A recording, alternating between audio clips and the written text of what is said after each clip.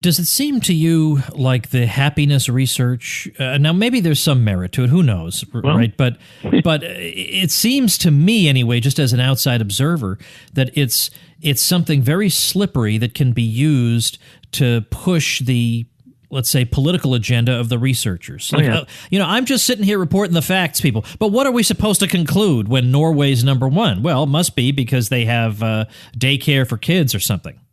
Well, sure. And I mean, look, I'm going to respond to you, Tom, by saying I only read this report of the UN, associated with the UN, on a scale of 0 to 10, and then they try to correlate it with other variables. Scale of 0 to 10 on the ladder, how happy are you? And I'm supposed to believe that again that the U.S. is 14, and that even though a country like the United Kingdom has a lower suicide rate than Sweden, they're less happy there, and Germany is less happy. The Germans are less happy than the Americans.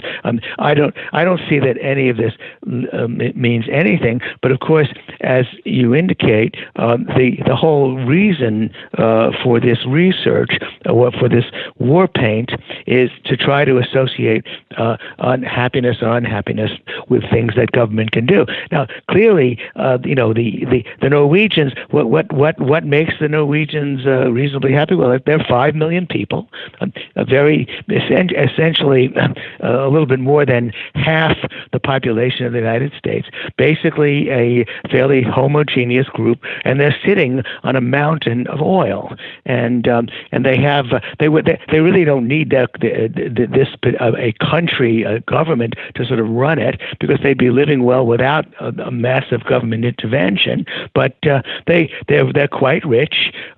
They're massive per capita. They export more oil per capita than any other country in the world, and certainly including Saudi Arabia. And so they're rich. They're cohesive. They're all most of them are Norwegian, to the extent, by and large, that they have immigrants. The immigrants are usually Scandinavian, because a number of these countries do have now Muslim immigrants that are causing trouble.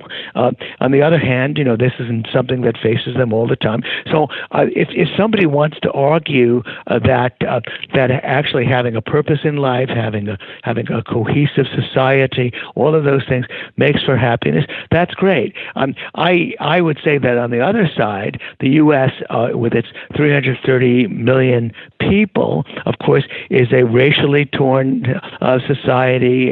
It's got all kinds of problems of different kinds that are unique to a country this size, but it also has a much more honorable tradition than these other countries of reducing the unhappiness of the poor people of the world by allowing immigrants to come to our country. And that's the main reason I'm here, because my grandparents were allowed to come to this country and flee the miserable state they were in Eastern Europe and in Russia.